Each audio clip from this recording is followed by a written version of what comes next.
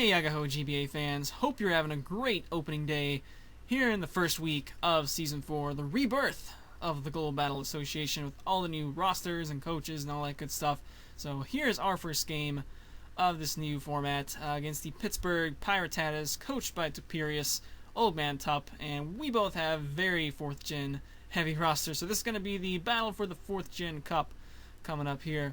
And you might notice a couple different things from previous seasons on this introductory splash screen here. First off, there is, at least as far as I can tell, no longer a home or away system. Not that it ever actually, played any sort of role. It was just there for flavor. So, but apparently there's none of that indicated, at least not that I can see right now. So instead, you get a nice little versus icon there from that one TCG set, and also there's no stadium and weather and whatnot go along with that. But anyway, let's look at Tup's team here, what he's bringing in.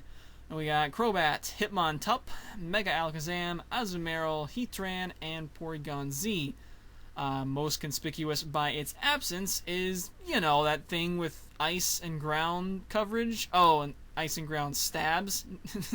Mamoswine, left on the bench. Apparently lost the team captain role, at least for this week, to Heatran. So, also not appearing, we have Salamence, regular Rotom, the ghost one, Cacturne, and Slowking.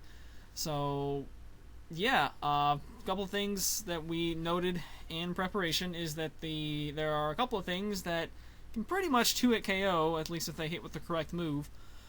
Most everything on my roster, and probably just about anything in the game, to be honest. Notably, we've got stuff like Mega Alakazam with Psyshock. It can even 2-hit KO Blissey. Mamoswine, if it isn't choice locked into the wrong thing, if it's Adamant Life or whatever, can definitely 2-hit KO most everything. However, one thing that I do notice about his entire roster is he only really has 2 pokes that have instant recovery, that being Crobat, which very well could run Roost, and Salamence, which might as well.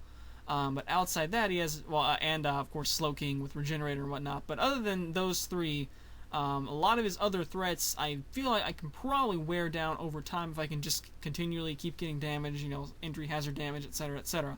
So that's kind of going to be the approach this week, is to try to outlast.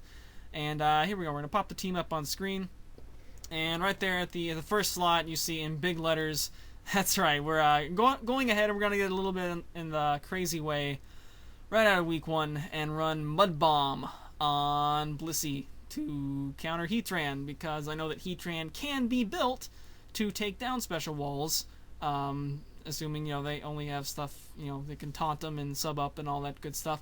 But Mud Bomb is 4 times super effective. It's got 65 base power, so it's stronger than HP Ground. And yeah, Heatran does not enjoy taking those. And I just thought it was hilarious to have a Blissey with Mud Bomb. So it was somewhat practical. Figured I'd bring it. So we'll see if it actually pays off. Outside that, just the typical Bliss stuff. I decided to go Bold this week, even though I kind of hate running Bold max HP Blissey, because there's so much more cool stuff you can do with Bliss besides just that. But I wanted to be able to have a good chance to live 2 Psyshocks, should it come to that, with Leftovers Recovery. Outside that, we got Soft Boiled and Stealth Rock, because I need to set up Stealth Rock with somebody. And I debated between Ice Beam and T-Wave. If I don't carry Ice Beam, then I get completely walled by several of his things, especially if they have Taunt or Sub. And Rotom especially is immune to Mud Bomb and T-Wave. So I thought about Ice Beam, but I decided, spreading Paralysis is just going to be better overall. It's going to help out everyone else. Another notable thing about his team is that there is a pretty big speed gap there from, not a gigantic speed gap, but, there's the 150 with Megazam, there's the 130 with Crobat, and then it kind of goes down to 100 with Salamence. So I've got 2 things in that base 115 range. That's going to allow me to run some different natures and whatnot.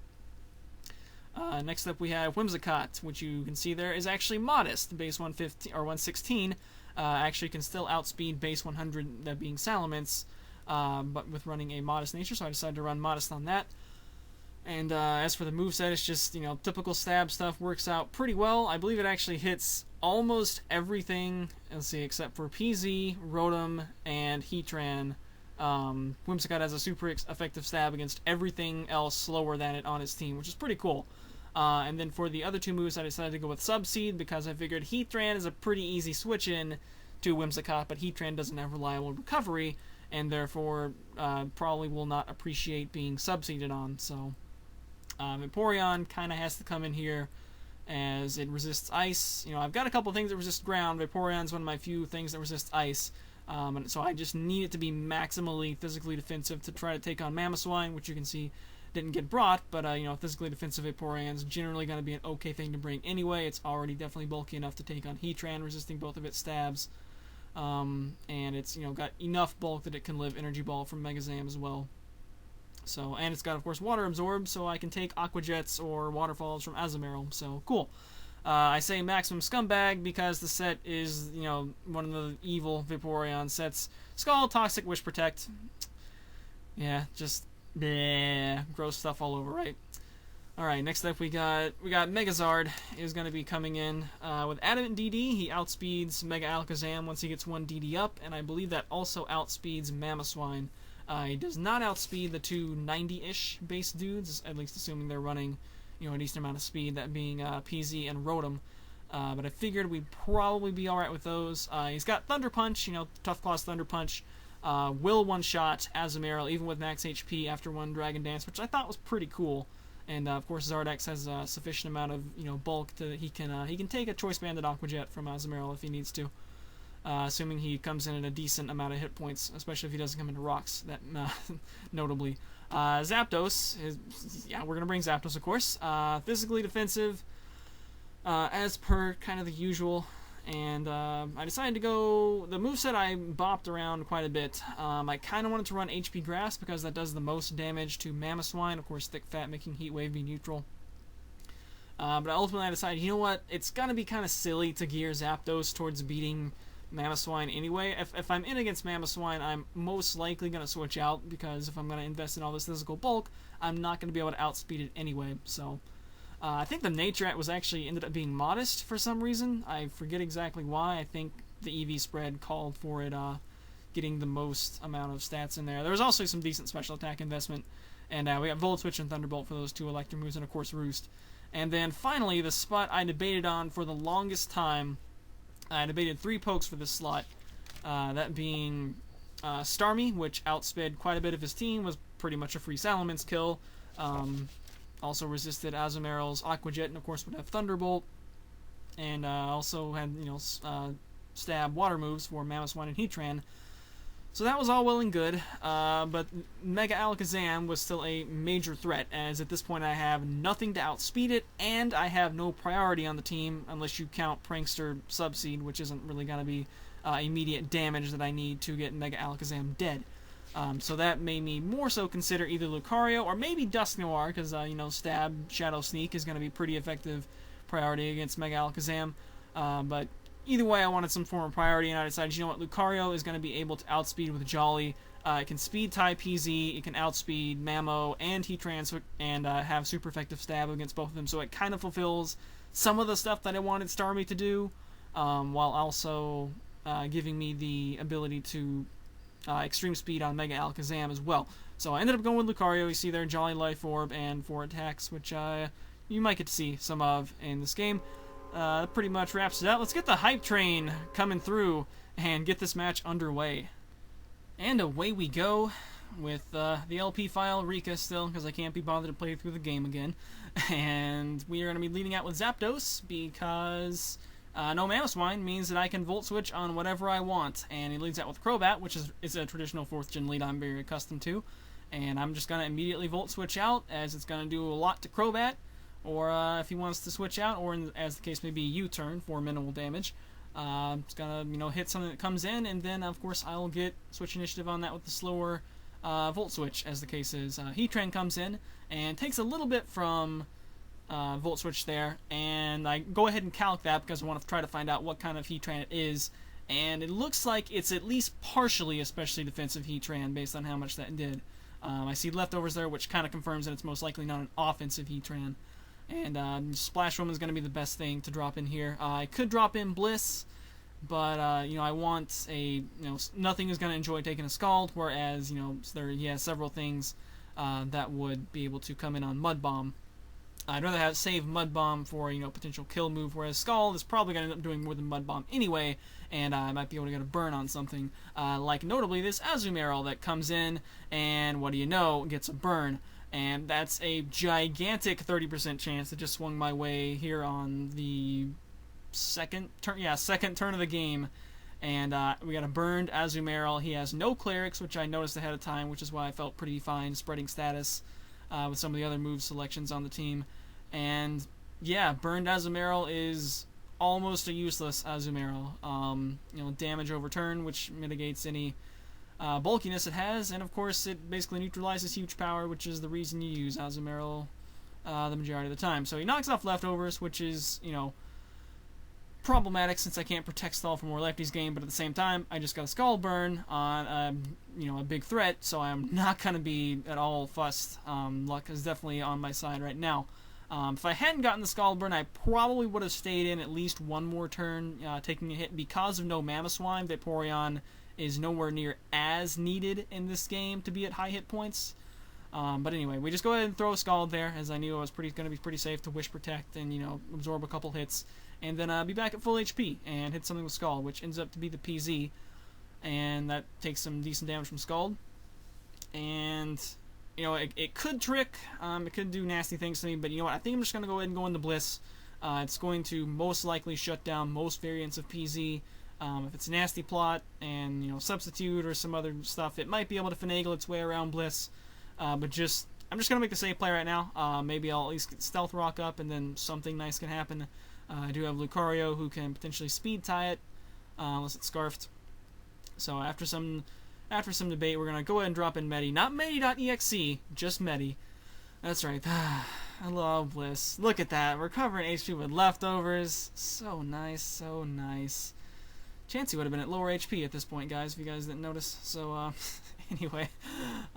So, yeah, here's Blissey versus this thing. And, I'm probably just going to be content to T-Wave anything, because the only thing that can come in and not get affected by T-Wave is Azumarill, which, actually is what comes in now, but it's burned, so it's going to take some burn damage. I'm going to get back up to full HP, and there you go.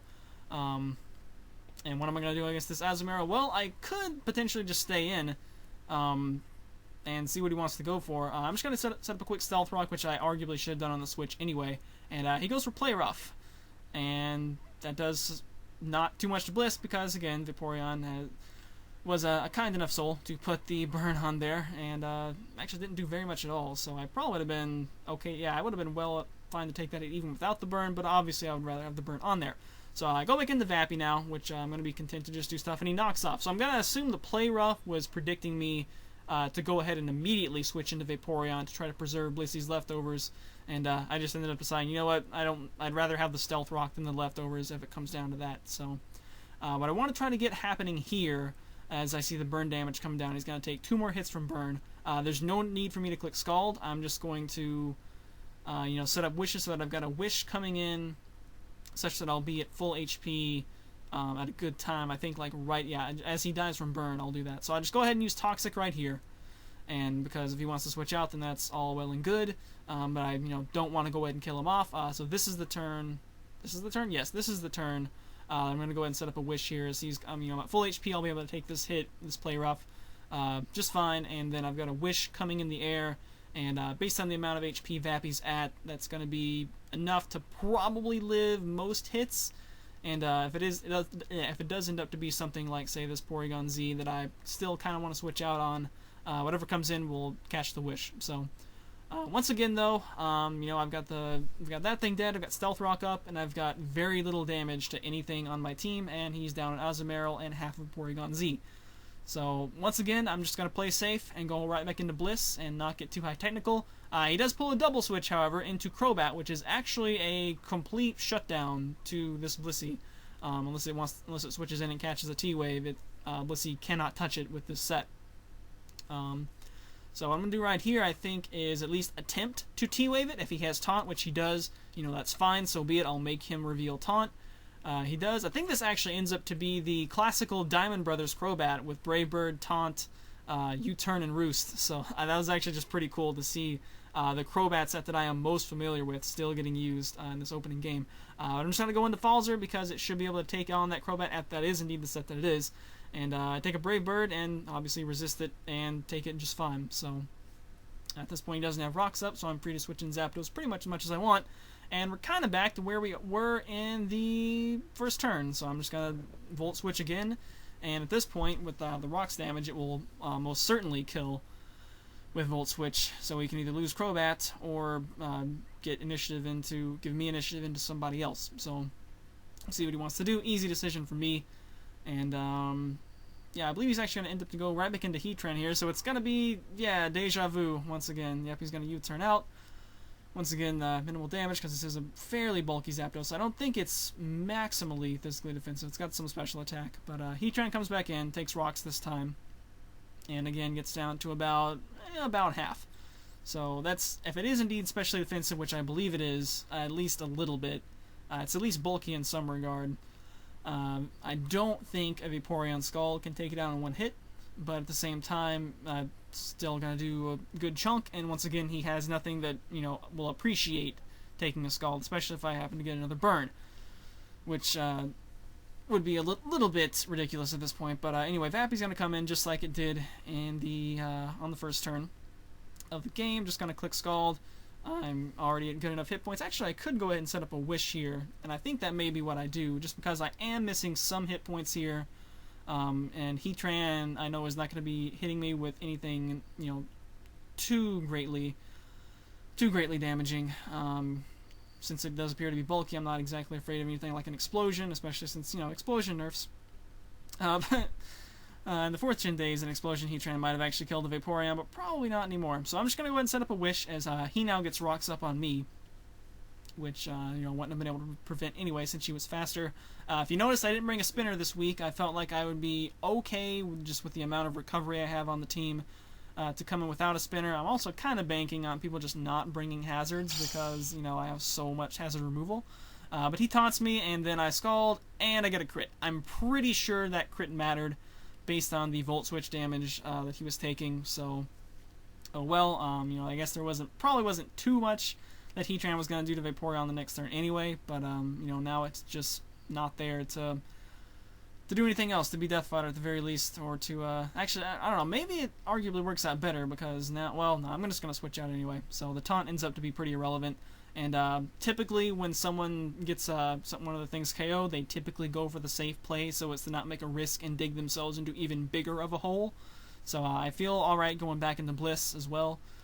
This turn, he made the double last turn, but did not this turn, so Springs and Hitmon top, and I'm just going to go and throw a quick T-Wave on that to get it nice and slow, and I can't accomplish too much in here further with Bliss, so I'm just going to get it to Zapdos and resist its stab. I will take rocks on the way in this time, unfortunately, but I feel pretty confident that Falzer should be able to definitely live close combats and all that stuff, and then we'll see where we go from there. So I'm going to drop in the bird, and he does, however, predict this and goes for Stone Edge, and thankfully for me, Zapdos is rather beastly and is able to live it fairly convincingly. So also lives it at well enough HP that I'm not going to be afraid of any sort of priority on this thing. I saw Intimidate, so it's not going to be Technotop. But there he gets paralyzed, and I believe he told me that was toxic. If he gets toxic on there at this point, then that definitely alters some of the other plays that I have to make later on. I don't know how much it changes the match, but it definitely changes it to some extent. So there's Stone Edge, so he's gotten 2 of them off, so that means with pressure he's only got 2 more uses left. And I'm going to be alright to just roost here. I kind of consider not roosting just in case he opts to go close combat or something, but I figure, if super effective Stone Edge at 200 base power is doing that much, then I figure stab close combat at 180 is going to do even less. So I should be fine either way. And that would just end up making him lower his defenses, so I could possibly kill him with a T-Bolt anyway. So I T-Bolt here, and it's going to be a 2-hit go from this point, and he gets paralyzed once again. I don't know if he was trying to go for a final Toxic there, or just go for a Stone Edge at that point. I think after the initial Toxic missed, he just figured it's going to be better off just to go for, immediate damage rush with Stone Edge, maybe get a crit, something like that. But as it is, Para-Hacks comes in, a little bit more often than it statistically should, and coincidentally I get out of this with a Zapdos with 1 HP, off max, and otherwise pretty much scot-free. So in comes the Revenge Killer that I've kind of been, worried about all match, that being Megazam. And the main goal for this is Lucario's Extreme Speed, I believe, does like 60 to 70-ish% with Jolly Life Orb, so I want to get him down in that range, so I figure, maybe I'll just T-Bolt with Zapdos, get him down low enough, and then, sack Zapdos, bring in Lucario. But I look and see how much Volt Switch is going to do, and it looks like Volt Switch is going to do like 40 to 50% thereabouts, so it's going to be, even if I get like low damage rolls, unless he's a bulky Alakazam, looks like it should actually do enough with Volt Switch that I can drop in Lucario and be able to get him with Extreme Speed. So that's what I'm going to decide to do. You can see I've taken a long time on that turn, running all the calcs. And gets the 5 spoons out, and is going to Trace Pressure, which is going to be mostly irrelevant, I guess, although it's going to knock out some Extreme Speed. He actually has Psychic, which I wonder if he has Psychic and Psyshock. That, I don't know. You would think he would definitely want Psyshock for Blissey. I don't know. Maybe he had both. But anyway, it looks like Volt Switch does do the requisite amount, and now Crashman is going to be good to Extreme Speed this. The PZ is already pretty low. It's under half. It's going to take rocks. Crobat's going to take rocks, so his stuff is definitely getting worn down. I still have Whimsicott and Mega Charizard in the back, albeit I have no way to remove hazards, and Megazord's going to take 50% on entry. So here he goes into Crobat, and because he goes into Crobat right here, as you can see, Crobat lives in Extreme Speed. If he goes into porygon-z there and just sacks it off, he can then drop in Crobat, and then I won't be able to kill that in one hit, and probably have to do some switching around. I don't know how much that changes the game, but because he switched in Crobat there and made it have to take 2 hits, now PZ is going to go down to 1 hit, and then you can also see Mega Alakazam is going to go down to 1 hit, so Lucario Crashman is going to come through, break some walls. None of those were really walls, but he is going to drop his Crash Bombs and pick up a little 3-poke mini sweep here at the end of this match, and actually lead off the season with a fantastic 6-0 victory, where we just bulked it out for the first half, wore stuff down, and then Lucario kind of comes in with E-Speed and takes out all the fast dudes. Right, so that is definitely the best possible way we could have started off this season, with a solid 6-0. Taking a commanding lead, well, as commanding as you can be on one game, lead in the Diamond Division. And not only was it a 6-0, but it was a 6-0 in the way I want to get 6-0s, which is, we left 2 things essentially on the bench. Whimsicott and Charizard never saw the field. And then we pretty much just used the classic Xerxes mixed tier core of Zapdos, Blissey, and Bulky Water, in this case Vaporeon instead of Melodic, and just kind of went block, block, block, block, block, and then have Lucario come in at the end for a building kick and just knock out the rest of the things. So, yeah, that's definitely the way I like to try to win them. I'm probably not going to be able to win them like that every time, but the times that we do get to win them that way, I'm definitely going to be happy. I do kind of feel bad for Tup because I'm interested in seeing how heavily the media teams on the GBA channel and on the site are gonna, dig into this game, and it's definitely gonna be even more scathing than it was in the past to lose, because now you got even more people who are gonna be picking apart and writing articles and more commentary about your loss, and it's gonna be intense, man. I'm very glad I don't have to face that week 1. I'm sure I'll have to face it eventually, but for right now we get to ride high on a 6-0.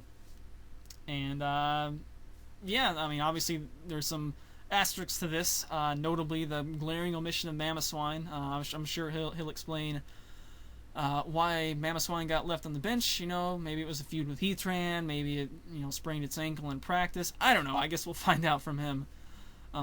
But yeah, definitely the ground ice stab, not having to face that was definitely a boon. And then Can't deny, of course, the impact of hacks. The turn 2 instant burn on Azumarill, which is a threat that a lot of people were saying could definitely do some work on my team, and then it essentially gets neutralized on turn 2 and does nothing except for remove Vaporeon's leftovers. That's definitely a big difference right there.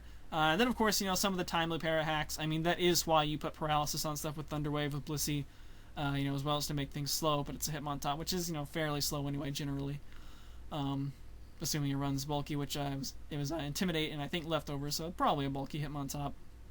But the timing of the paralysis was pretty notable. That the first one I think came on that early turn where he's going to go for Toxic, and if Zapdos is Toxic during that time, those Parahaxes become, at least damage is being dealt from Toxic. So, so definitely some good hacks all around, and then obviously Mamoswine not coming definitely is what tipped the scales in their favor. Potentially some plays could have been made at the end to make it not a 6-0, but I don't know, maybe he got into this mentality of, game is lost, so I don't know. Definitely a rough opening GBA career for the PiRattatas, though, but I will gladly take it and soldier on, as this is a 10-game season, and we need every win and every point of differential that we can get, especially in our division. So moving on to Pokemon of the game, I'm going to give this one to Vaporeon for the aforementioned crucial instant burn on Azumarill as it came in on turn 2, just completely shutting that thing down. I was worried it was going to be Lum or something else, but since he has no form of Cleric, Heal Bell, Aromatherapy type thing, so that burn just stuck on there, and basically on turn 2 it was essentially 5-0 at that point, so that was huge. And then just Vaporeon shutting down his first pick from round 1, Heatran. Just couldn't do a whole lot to it, and then ended up dying to a critical hit Scald. So, yeah, that was the thing. Probably the biggest thing Vaporeon had to do was not take on Mamoswine, because Mamoswine was going to be the reason that Vaporeon had to stay at max or near max HP. And when I didn't see Mamoswine, it just kind of allowed me to be a little bit more free with Vaporeon.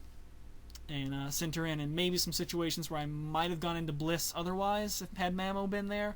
But yeah, just kind of opened the door for Vaporeon to do some more, and put up 2 KOs with the burn on Azumarill, and then of course the Heatran KO. So went 2-0 in this game, and yeah, definitely glad to have Vaporeon on the team. That'll pretty much do it. Definitely go and watch Tup's side, which should be up around the time this one will go up. So. Of course, go ahead and check everyone else's out.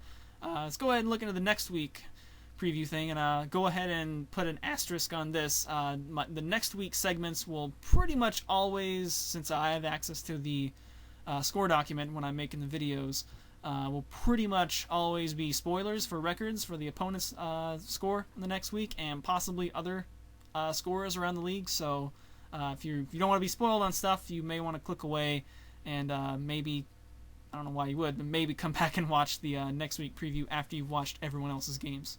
Alright, now that you've been warned about spoilers, here we go. So next week we're going to be taking on our first division rival, Crimson Seabad, and the Detroit Steelwings. Ended up losing this week 5-0 to the St. Louis Rampardos, which will put him in a pretty big hole in the Diamond Division. 1 game back and 11 differential back from first place. So yeah, we're going to be trying to start off 2-0 and get another win over a division rival. Not exactly a well-liked draft. It's still got potential, though. I've definitely already started game planning for it and see a couple of things that I want to bring. Of course, I'll have to see his video and, kind of see how he wants to go about doing things. But start the full research train, starting, I guess, by the time this video's gone up, it will have already started. Yeah, so we're going to be trying to start off 2-0 and get a win over the division rival. Also, this week, this is again major spoilers if for some reason you haven't watched these videos. Shady Penguin was able to knock off John in the Pelipers this week in a close 1-0 game that I haven't got the chance to watch right now, but I'm sure it was a fantastic game, which actually puts us, as I kind of hinted earlier, at a commanding lead in the division. And guess who plays John next week? It's actually Tup. So I'm definitely hoping that Tup is going to rebound from the 6-0 and come in and maybe give me some additional breathing room from John and his definitely very quality team that he's got over there in New Orleans. So I did tell Tup after the game that I am rooting for him to win the Pearl Division, if for no other reason, to rep 4th Gen some more in the playoffs. So hopefully he can recover from that and have a great season of it. So yeah, I guess that's pretty much going to wrap it up. So again, as for the standings, we're 1-0 plus 6. John is 0-1 -1, and you see right there, Crimson is 0-1, -5. So that's the Diamond Division standings, and I'm not gonna bother like putting graphics or anything up for that. I'm just gonna verbally recant the division race at the end for every week preview. So if you want to see the actual standings for everyone, power rankings and all that stuff, definitely, and for some reason you don't already, go and check out the official GBA channel where there's videos coming up. I think it'll be generally like Wednesday, Thursday, Friday, and Saturday. There should be videos up on each of those days, as well as the GBA site, which will probably have like weekly recaps and whatnot. That'll be articles. Hopefully some articles go in depth on some of the bigger games of the week. I'm definitely looking forward to seeing all the new media stuff that we have going on this season once we actually get into the season proper. It's gonna be a great season, so and thankfully we've got a great start to it here at the Utah Jasmine organization. So good game again, Tup. Sorry it had to be kind of brutal, but I guess that's the nature of the game, and I'm sure that he knows that as long as he's been playing. So yeah, good luck to him in the future, and yeah, we're gonna be coming in for the Steel Wings next week. See you guys for that one. Later days.